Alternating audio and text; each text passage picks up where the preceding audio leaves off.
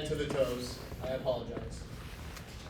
You have superior, which is towards the top. Inferior is towards the bottom. Supine, with the body face up, so they are lying on their back. Okay? Then you have prone, which is where they are laying on their stomach. So there's a way to not forget that, too. Does anybody remember the prone float in boot camp? What direction were you facing? Down, on your stomach. So think of prone float whenever you're thinking of prone. Cool. All living things, plants and organisms that undergo chemical process by which they sustain life and regenerate cells. So that is the concept of living matter. Functions necessary for survival. Digestion, which goes into metabolism, which is the process of absorption, which then goes into your body's total homeostasis, i.e. your body's regulation of everything in the body to make sure it's working properly. All right, you have the chemical level, which is down to like the microbes of what makes up a cell. You have the organelle level, which is like what the organs or the actual functions inside the cell are. And then you have the cellular level, which is the cell itself, okay, binding with a bunch of other cells to create whatever it is in the body, whether that's muscle, whether that's osseous tissue, whether that's your tendons, what have you. All right. All right, you have your system level, okay? Your systems are the most complex organizational units of the body. Systems are cardiovascular, pulmonary, GI, things of that nature, okay? Organism level, collections of interactive parts that are capable of surviving in hostile environments with the ability to reproduce and repair damaged parts. So that's the inside of your body. That's your cells at work. All right, if you watch the anime Cells at Work, it's kind of like that.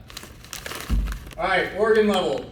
It's a bunch of cells put together for a specific purpose in your body. All right, they are made up of several types of tissues and arranged together so they can perform special functions, i.e. you have smooth muscle and cardiac muscle and nerves and everything that go around your heart. That's how its function is. It is electrically indicated to pump. It is your body's pump. All right.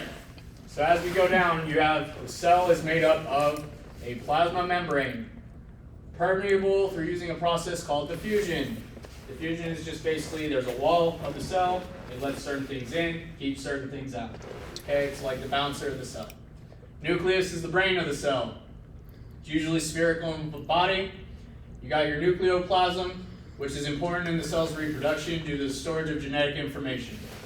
All right, so your plasm or nucleoplasm is the stuff inside the nucleus that actually stores the DNA of the cell.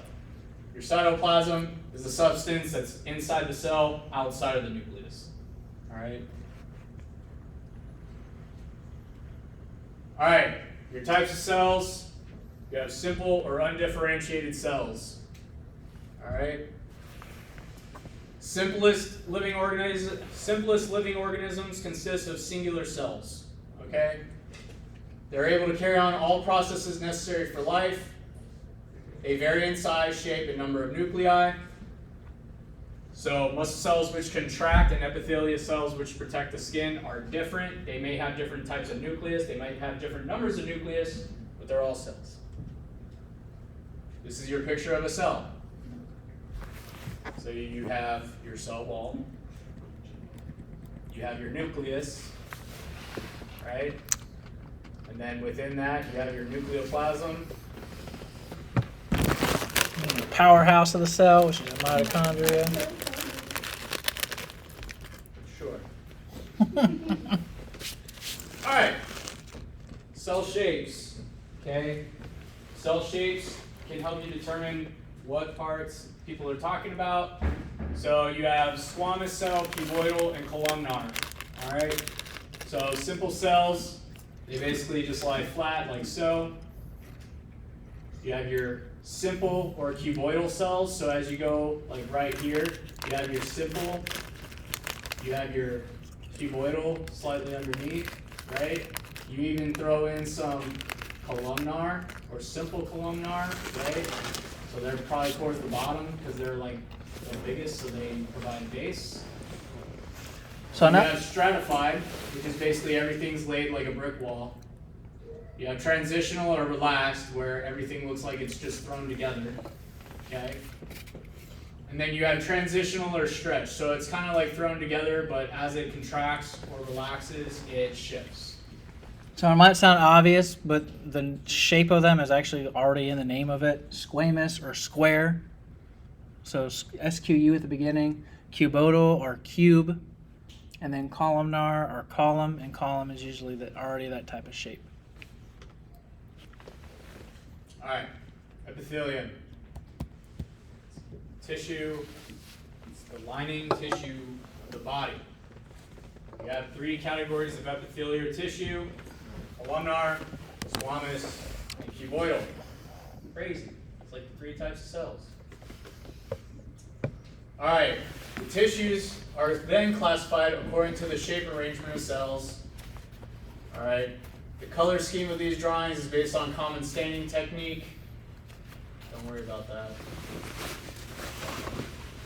The only time you gotta worry about staining technique is when they're talking about gram positive or gram negative. Alright. You have your goblet cells. So we'll go over the different types, right? So you have your cilia. They're your hair-like processes, right? Your cilia and epithelial tissue are basically in charge of moving things along down the line. Alright? They kind of, like if you've ever seen a supply line or something where they have those rolling like things that they put the boxes on and roll it down the conveyor belt, that's what your cilia are. They just grab what's whole and they just shoot it down the line. Alright, cuboidal epithelial tissue. They're cubical in shape, weird, and they're comprised in specialized organs of the body such as the ovaries and the kidneys. Okay. So that is a columnar epithelial cell. Those are your goblet cells.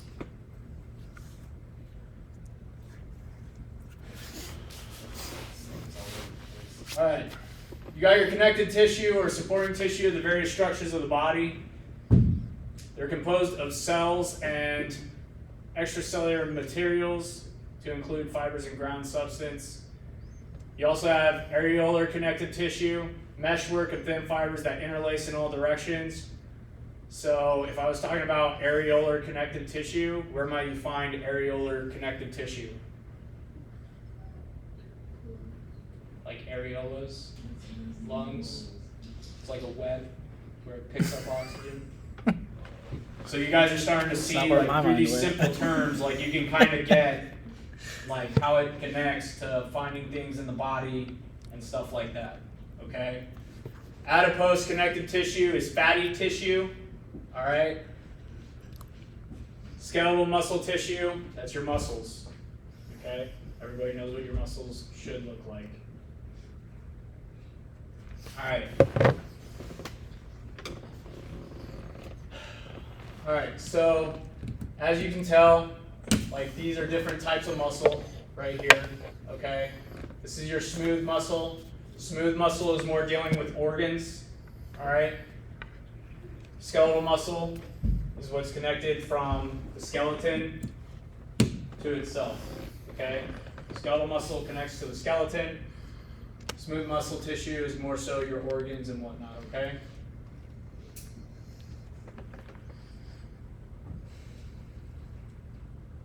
Nerve tissue. Nerve tissue is fun. They all look like a bunch of trees. Their nucleuses can be singular, they can be bipolar, multipolar. They have long tails that can go in one direction, 3 directions. It depends on the type of neuron, right? So it's multipolar neurons surrounded by smaller neuroglia, and it's a smear of spinal cord tissue. All the neurons in this photomicrograph show characteristic soma or cell bodies. So when they say the somas, they're talking about the actual cell itself, which are these. Okay? And when I say like they have different shapes because they might be different phases of function for the cell, but we're not going to go into that, okay? It's too much for you guys. All right, integumentary system. It's the skin. It's what covers your whole body. It's the largest organ. It's made up of tough, flat, scale-like epithelial cells, all right? It's listed from superficial to deep, just like your burns. All right? You have your dermis. That is your true skin. Then you have stratum corneum, stratum lucidum, stratum granulosum, stratum spinosum. Sorry, I don't know what just happened. Little? What just happened? I don't know. Weird. The fuck? It said, "Shut up, H-Mall." I didn't pull anything, did I?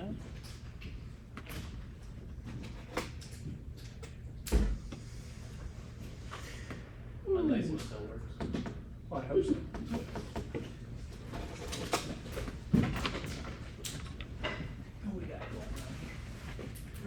All the connections over here. Here is on. Monitor come disconnected. That's been on top.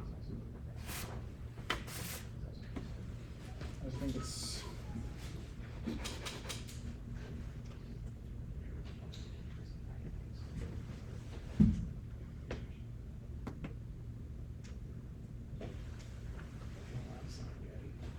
Well, it's showing yellow on this computer. Did the computer just turn yellow? But the computer, or sorry, the monitor. The computer is on, the monitor is not turning on. All right.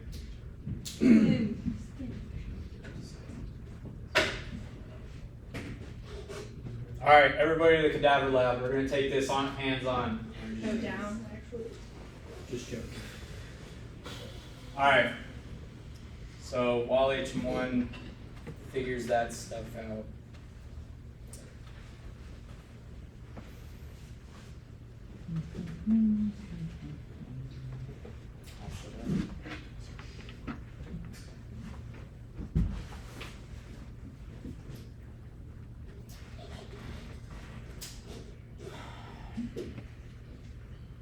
Oh, got something. Did you turn it off and turn it on again? Oh, plug it back in. So, give it some Excuse me. Excuse me. The injury was clearly below the waist. It's just foot powder. All right, for Glenn, field medicine. Oh, I got a blue light. Yeah, blue. Where's my Where's my boy? facilitator at? You left. He ran away. He said, "Fuck you." I don't know his pin. Oh, no. When's his birthday? I don't work here. I don't know anybody. McFarlane! I don't have his phone number either. Wow. Hey, I'm not in charge of them. I'm not in charge of them. Assemble. I'm in charge of this piece. That's lovely. All right. Well.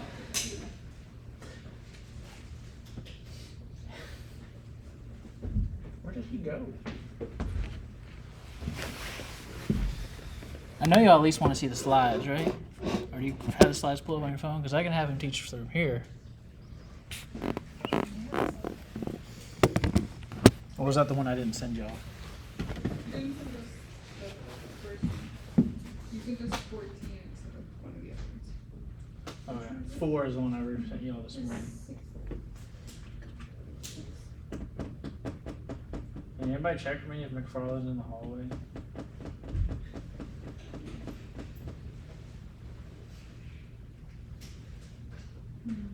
I do not know why the computer did that. Like I said, man, it was hearing a lowly IDC talk and said, "Shut the fuck up." Humiliating. What's the purpose of the scan again? Protection. Protection, right? And it helps regulate what?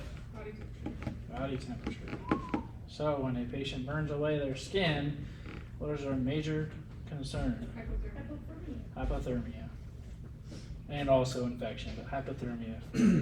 What organ of the body also regulates body temperature? The brain. What part of the brain? hypothalamus. Boom! The hypothalamus. 10 points to Griffin. And that's what happens with shock, by the way, too. Oh, God. If you want some lessons in Slithering anatomy, out of here. so your body maintains homeostasis, right? Which is a balance, right? Shock happens when that homeostasis is thrown off. What happens is your body tries to compensate for whatever is failing, meaning then that now that other organ that's compensating is overworking itself. If you don't get your body back to normal, that overcompensating is going to cause that other organ to fail. So it's going to be a system of failures within your body until it leads to death. So that is what shock is your body freaking out on how to maintain itself because it can't. Either it's lost its heating element, because the heating element is important, because that's what makes everything go and pushes the blood to where it needs to go. Sorry, I don't know your password, man. Computer decided to say go for yourself. Why did you call me? I don't He have said your you phone didn't have your number. number. Get together.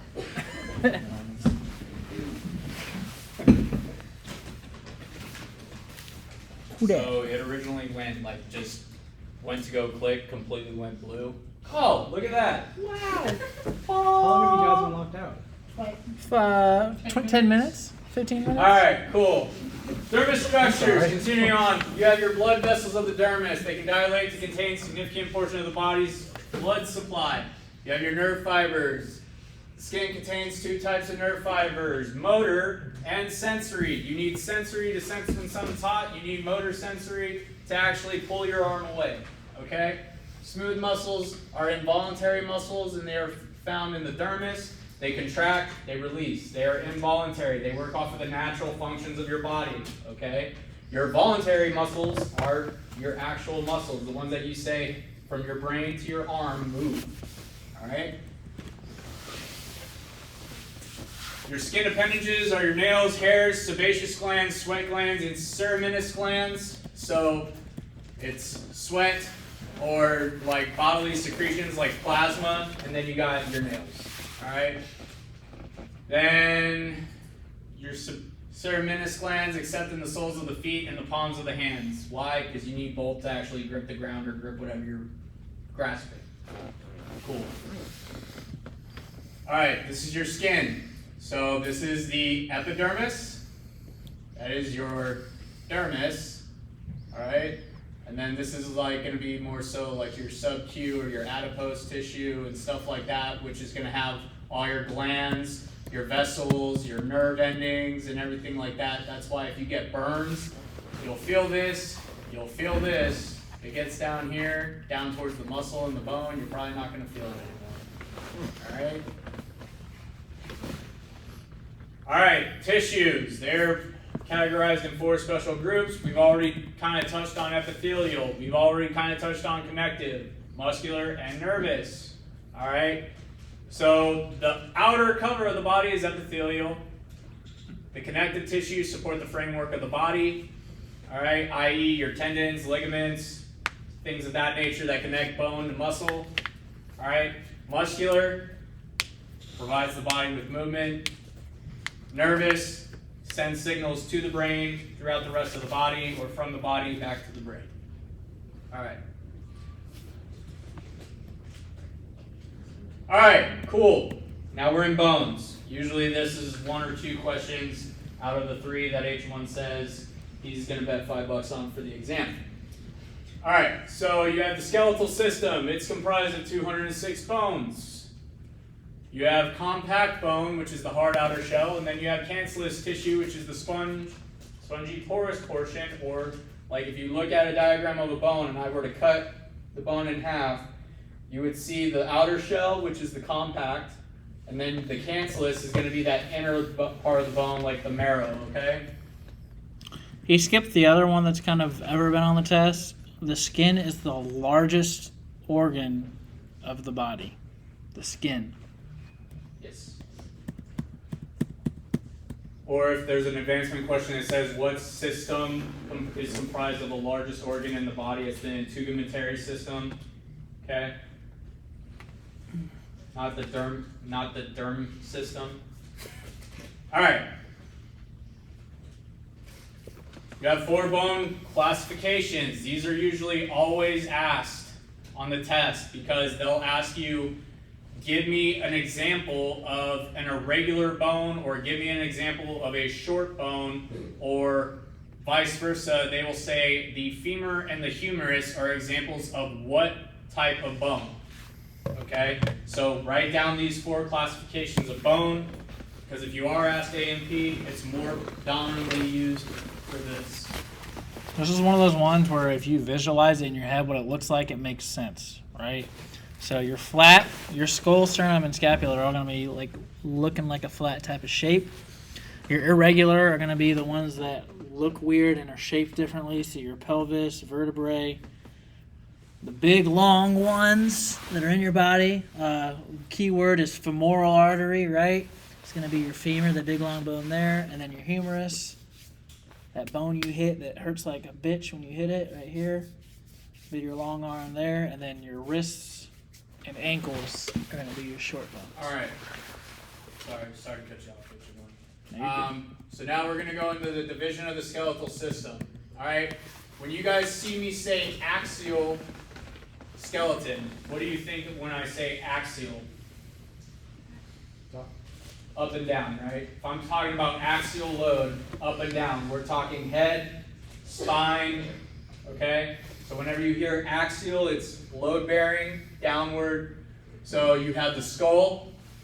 The skull is comprised of 28 bones, okay? The vertebral column has 24 movable and true vertebrae. It also has the sacrum and the coccyx, or otherwise known as the tailbone.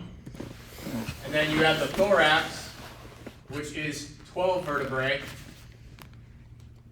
And the thorax, or the thoracic spine, is the one that helps form the rib cage. Okay? So you have your cervical spine, your thoracic spine, which comes, T1 is usually right after the nape of the neck. Or if you're a computer jockey like I have to be and you got that hump on the back of your neck, that's usually C7 going into T1. All right? And then you have 12 vertebrae that go down to your lumbar. From your lumbar down to your sacrum, sacrum down to your coccyx. Okay? So there's a little way to remember it too. They call it the breakfast, lunch, dinner way. So you got 7 right here, so 7 in the morning when you eat breakfast, 12 when you eat lunch, and then 5. That all equals up to your 24 vertebrae. So 5 is dinner time, 12 is lunch time, 7 is breakfast time. Knowing the way those go on. All right, the appendicular. You have your so appendages, right? Appendicular. All right? Appendages, you have your upper extremities, your lower extremities. You should be able to understand what the upper extremity is or is comprised of. You should know what your lower extremities are comprised of. All right, there are 2 types of blood cells: red cells, and white blood cells. All right, your red blood cells are in charge of carrying oxygen throughout the body. Your white blood cells are in charge of regulating the body and killing off or fighting off any kind of infectious or foreign agents in the body. Okay? So, carries oxygen throughout the body to discharge carbon dioxide through the lungs. All right? Usually there is a test question that can ask you how many days or how many months a red blood cell will stay alive in the body for. Make sure you underline that for 100 to 120 days. All right? And like we said, you have your white blood cells or your leukocytes, protects against infection. All right? 15 to 20. If, like, for the test, know that, but, you know, in realistic terms, it can be a little less to show that there's an infection. You could have somebody with only like 10 or 11,000 and still be symptomatic for infection. So, Right. to make it make sense too, because this is going to be in your lab section also, right? The reason why it's a higher amount is because you need more defenses to fight against that infection. So it's going to start producing more white blood cells to get your body back to normal. You know how I said your body freaks out in situations? In this situation's freaking out and trying to build up a defense, so it's going to make more white blood cells to fight off that infection faster. And that's why it's raised 15 to 20,000. All right, you have 4 parts of the composition of the heart. You have the membranous sac that encloses the heart, or the pericardium. You have the pericardial fluid that lubricates the heart inside the pericardium. You have the endocardium, which is the membrane that is lining of the heart, and the myocardium, which is the muscle itself. So you can think of myocardium, myo or muscle, okay? Muscle, cardium, heart, muscle, all right? You can do membranes of the heart. This usually entails like your valves and everything that are inside the heart because they're flaps of epithelial tissue. So that's your endocardium, okay? Your pericardial fluid is, so you have pericardium, that's the sac. You have pericardial fluid, so you need pericardial fluid for the pericardial sac to make the heart beat and keep beating without any sort of friction, okay? All right, so we have our blood vessels. We all know our blue vessels are our arteries, okay? Or I'm sorry, red is arteries, blue is veins, okay? And then if you go down further, you have your arterioles, your venules. You also have your capillaries, which are the smallest part of the vasculature. They're down all the way into the muscle tissue to deliver oxygen and whatnot throughout the body. All right, immune system, okay? We're in Virginia. We suck with seasonal allergies because our immune systems, for some reason, can't deal with seasonal allergies. So your first response, your skin starts itching, you get tears, all right? You might have some stomach upset or diarrhea, urine, sweat. You compensate your body by sneezing, or you start having that runny nose, or you're coughing up a bunch and everything, or you're salivating a lot. That's because your body's producing the liquids and everything to try and move that stuff out. Then you start having the infection or the inflammation processes from your macrophages and your neutrophils. So basically they're trying to eat away whatever's infecting you, and they're causing an inflammatory process, okay? Your third defense is your antibodies or your memory cells. So an infection comes, your body's able to fight it off.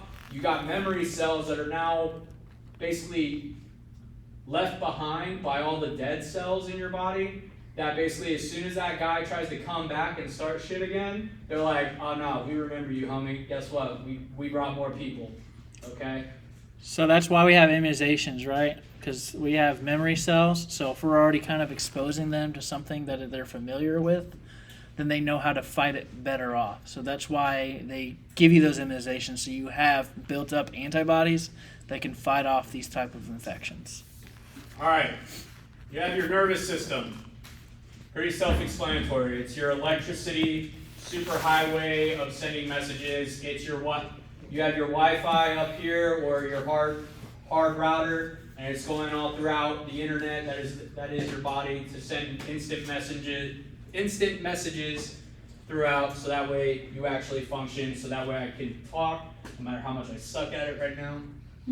All right. Then you have your endocrine system. Your endocrine system is a lot more like, so think of your endocrine system as like a fish tank, right?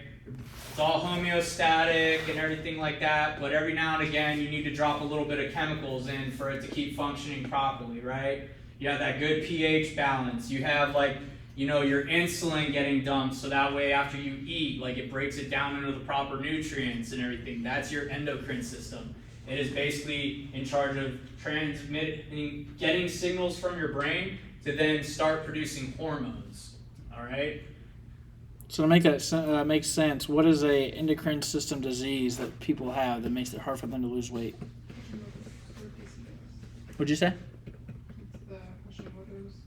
Yeah. Well, we know it is hypothyroidism, right? Where it's working at such a fast pace to where they are going to struggle no matter what, because it's producing more of those things that H1 was talking about, to where it's harder to lose weight because of what it's producing, right? Because it's supposed to move at a slower pace. Your main organs of the endocrine system, sorry to cut you off, H1, are your thyroid and your pancreas, okay? You also have lymph nodes that are also there as well, okay? So now we'll just keep moving. We'll go into the respiratory system. All right. So there are two phases of respiration.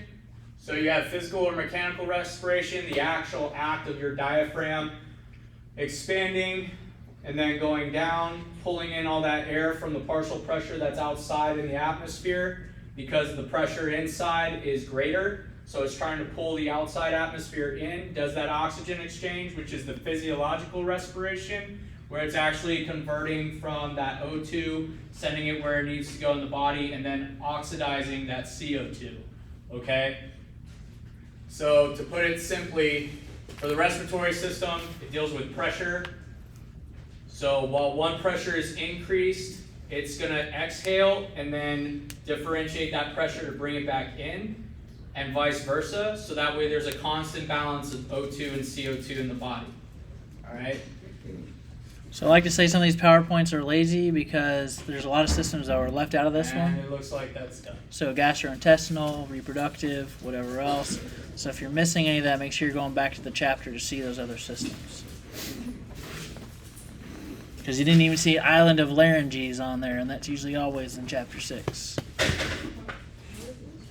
And I think that's what the Does anybody have any pancreas. questions before I head out? Yeah, I forgot what that is. Yeah, pancreas. Yeah. No? Or Alright. which produces bile, which stores bile, because one stores it and one produces it.